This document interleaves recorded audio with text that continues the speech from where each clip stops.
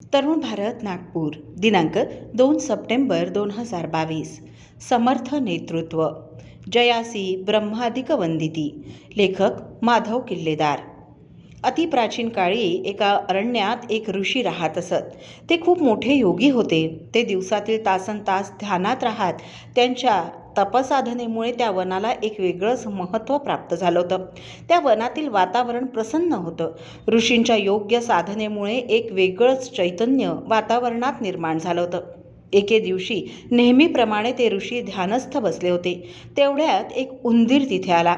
ऋषींकडे पाहून त्याला आश्चर्य वाटलं। त्यांचं तेज पाहून तो चकित झाला। त्याच्या मनात एक विचार आला की आपणही या ऋषींसारखं व्हावं। तो ऋषींच्या आसनाच्या अवतीभवती उड्या मारू लागला। काही वेळाने ऋषी ध्यानमग्न अवस्थेतून बाहेर आले।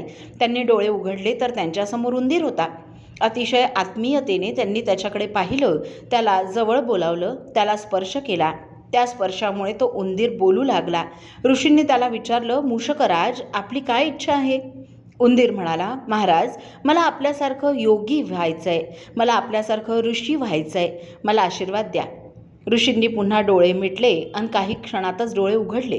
ऋषी त्या उंदराला म्हणाले, मूषकराज, तुला माझ्यासारखं व्हायचं असेल तर खूप कठीण परीक्षा द्यावी लागेल। त्यावर उंदीर म्हणाला की ती परीक्षा द्यायला मी तयार आहे। उंदराला उद्देशून ऋषी म्हणाले की मूषकराज, आपल्या या जन्मापासून पुढील प्रत्येक जन्मात आपली भेट होईल।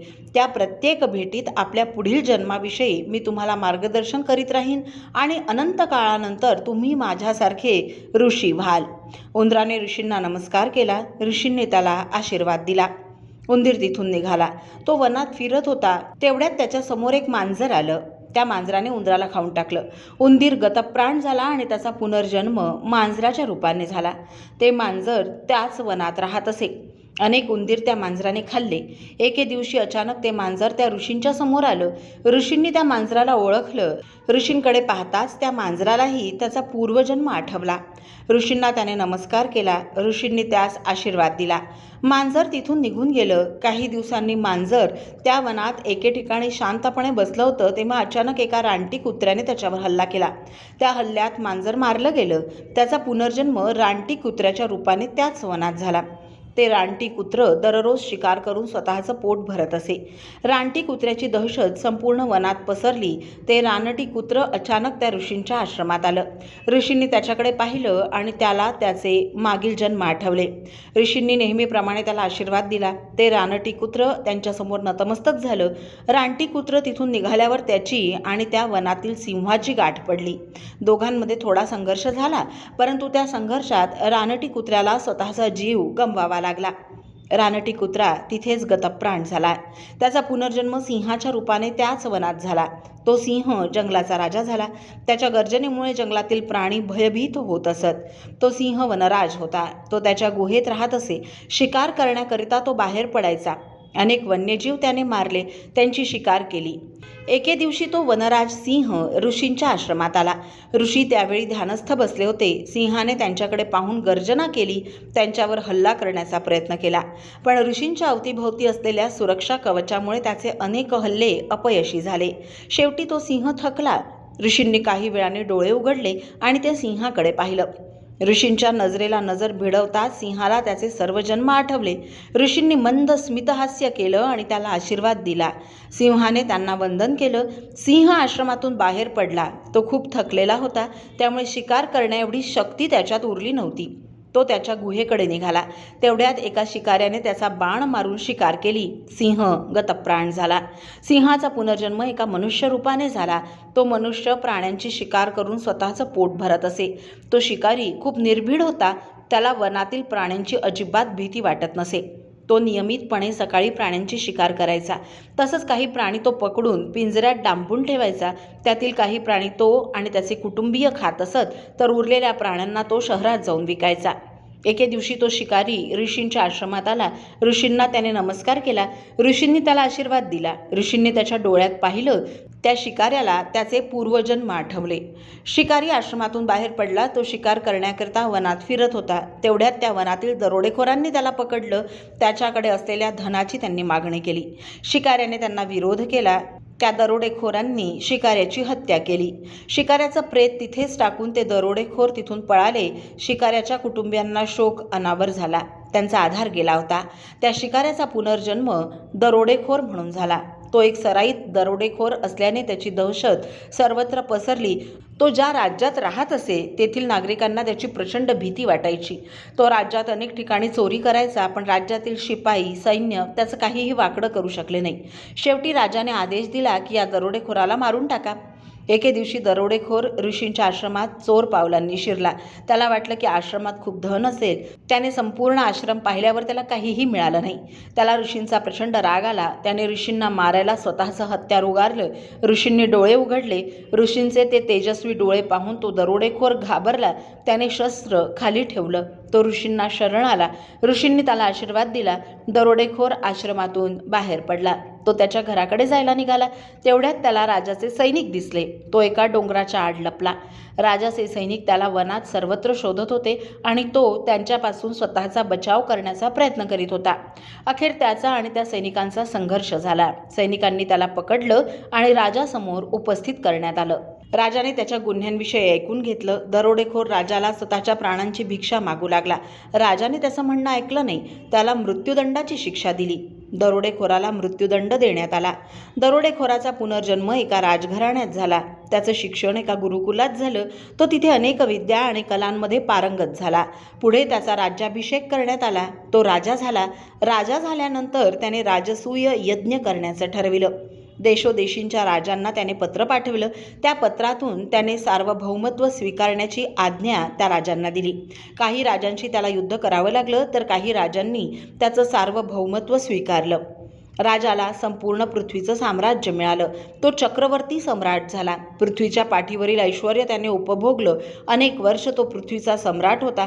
काही काळाने त्याला त्या ऐश्वर्याचा, सत्तेचा, धनसंपत्तीचा तिटकारा आला. त्याने त्याचं राज्य त्याच्या राजपुत्रांमध्ये वाटून देण्याचं ठरवलं.